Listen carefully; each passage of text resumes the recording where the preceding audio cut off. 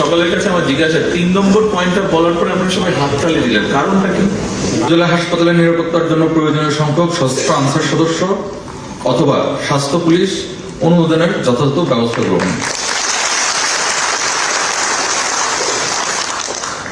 তাদের সকলের কাছে আমার জিজ্ঞাসা 3 নম্বর পয়েন্টটা বলার পরে আপনারা সবাই হাত তালি দিলেন, কারণটা কি? নিরাপত্তার জন্য আমরা সবাই আসলে এই বিষয়টাতে ঝুঁকছি যে উপজেলা হেলথ কমপ্লেক্স গুলো মিনিমাম 3 থেকে 10 একর বা 11 একর এরিয়ার উপর হয় এবং সেগুলো 10 বেড থেকে শুরু করে 50 বেডের হাসপাতাল হয়ে থাকে। এখানে চিকিৎসক সংখ্যা সাধারণত 8 থেকে 10 জন থেকে শুরু করে 30 থেকে 40 জন চিকিৎসক কাজ করে, নার্স স্টাফ মিলে প্রায় অ্যারাউন্ড 100 থেকে 300 স্টাফ কাজ করেন এবং এখানে রোগীর সংখ্যা উপজেলা ভিত্তিক ভিন্ন ভিন্ন, প্রচুর রোগী হয়। যেমন আমার ধামরাইয়ের যদি উদাহরণ দেয়, প্রতিদিন অ্যারাউন্ড 1200 থেকে 1400 রোগী আসেন বহির্বিভাগের চিকিৎসা নিতে।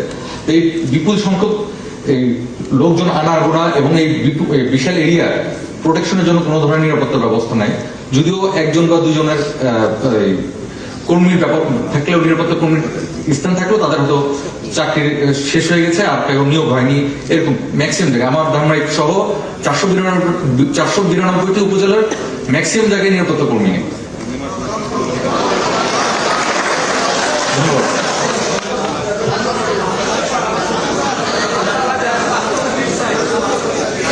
স্বাস্থ্য পুলিশ অথবা আনসার সদস্য দিলে হয়তো ওই প্রোটেকশনটার ব্যাপারটা ঠিক।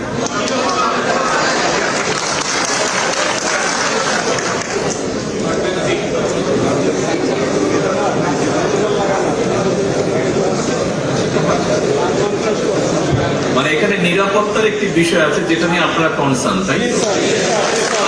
ঠিক আছে, ইনশাআল্লাহ এই বিষয়টি দেখবো আমরা অবশ্যই।